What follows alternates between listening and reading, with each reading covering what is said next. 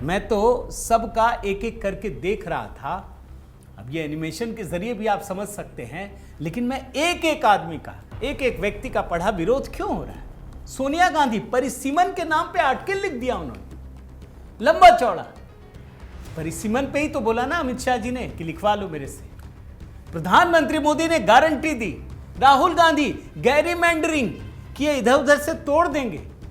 अमित शाह जी ने कहा भाई तुम्हारा बनाया हुआ कानून है, ये कांग्रेस का कानून है। मल्लिकार्जुन खड़गे बोल रहे तरीका ठीक नहीं है। कैसा तरीका होना चाहिए पूछा इन्होंने, क्या असंवैधानिक है क्या संविधान में जो लिखा उससे अलग है क्या। अखिलेश यादव इधर उधर डोलते रहे। मुस्लिमों के आरक्षण, मुस्लिम महिलाओं को आरक्षण, यही हाल ममता बनर्जी का। कारण पता ही नहीं है। स्टालिन परिसीमन से जोड़ दिया। भाई परिसीमन में बोला ना अमित शाह जी ने कि लिखवा लो आप, लेकिन करो तो सही। तेजस्वी यादव, सरकार की नियत में खोट, क्या खोट है भाई। महिलाओं को आरक्षण देना, इसमें सरकार की नियत में खोट है। उद्धव ठाकरे, बीजेपी शक्ति बिल है। हेमंत सोरेन, दोनों का ड्राफ्ट अलग अलग हो। मैं एक एक व्यक्ति का पढ़ रहा था। सच्चाई यह है कि ये किसी भी कीमत पर नहीं चाहते थे कि इस देश की महिलाओं को आरक्षण मिले। ये बात मैं तो एक बात कहूंगा दोस्तों कि भारतीय जनता पार्टी को पूरे देश के अखबारों में, सरकार को भी, जहां चुनाव है वहां भाजपा को, बाकी पूरे देश में सरकार को ये डालना चाहिए कि एक एक व्यक्ति ने क्या क्या कह करके विरोध किया, उनकी असली मंशा क्या है।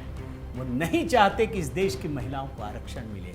और कम से कम पश्चिम बंगाल और तमिलनाडु में भारतीय जनता पार्टी को बकायदा हर अखबार के पहले पन्ने पर पूरा इश्तेहार डालना चाहिए। ये सजेशन जरूर पहुंचाइएगा। लेकिन अब मैं आपको राहुल गांधी की बात बताता हूं। बहुत खतरनाक खेल है दोस्तों। भाई कल हिंदुओं के बारे में तोड़ने की कोशिश, महिलाओं को नहीं देने, इनकी नागरिकता पर भयंकर विवाद है। ये दोहरी नागरिकता का मामला, ये ब्रिटेन के नागरिक हैं ये।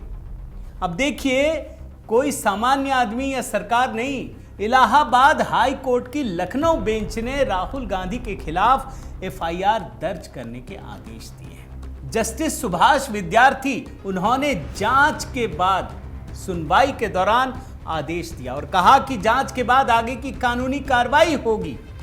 यूपी सरकार ने कहा कि इस पर तो सीबीआई जांच करनी चाहिए। हाई कोर्ट ने इस बात को मान लिया है।